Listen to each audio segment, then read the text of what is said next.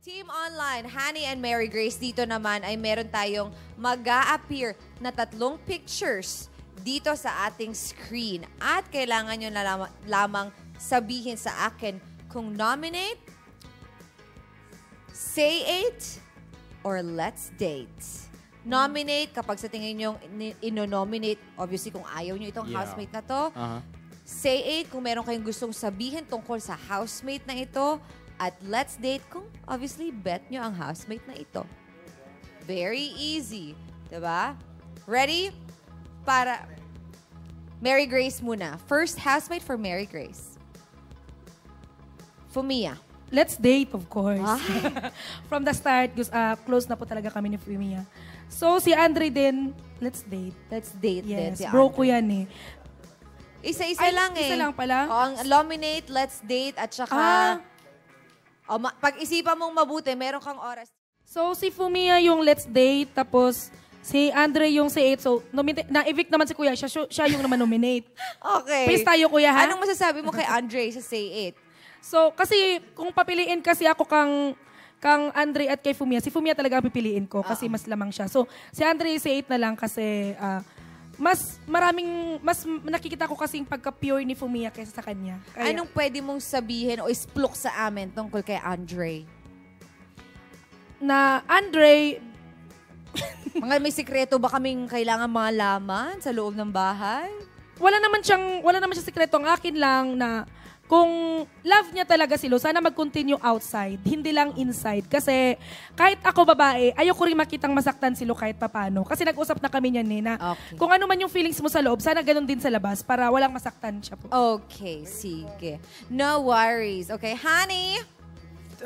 Nominate, say it, let's date.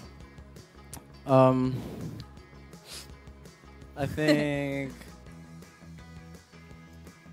I'd say it to Lou. Say it. Sige, anong masasabi mo kay Lou? I would tell her... Share mo naman mga secrets ni Lou sa amin. Secrets ni Lou? Oo, yung mga, hindi naman secrets, yung mga napapansin mo mga nangyayari sa loob ng bahay. She really likes eating chips with rice. Chips with rice? Yeah, kasi sa minsan... Inuulam niya, pwede naman ang chicharon, inuulam sa kanin, no? Yung chippy naman, kasi minsan gulay lang yung what we eat all the time. Oo, so parang totoo. may Yun cravings na yung ulam niya. Yeah, yung kasi ulam niya yung chippy. meron doon barbecue flavor. Yeah, masarap naman. Baka feeling niya barbecue na yun. Chicken Paborito namin dalawa ni Lou yun. Natuto Chicken siyang kumain skin. ng dahil sa akin din. Paano? May baon ka? Pag walang ulam, mayroon doon sa loob ng bahay ni meron Kuya sa dati. loob. Tapos nawala kasi baka mano kasi mabenta. Winala. Correct. O sige, sino naman ang iyong let's date and nominate? Wait, say it, I tell Lou thank you, first and foremost. Just Okay. like, thank you so much for everything. She helped me change. She helped me burst my bubble. Kasi kunya nahihirapan. Kaya nga, alam na, di ba? Okay, yes, okay.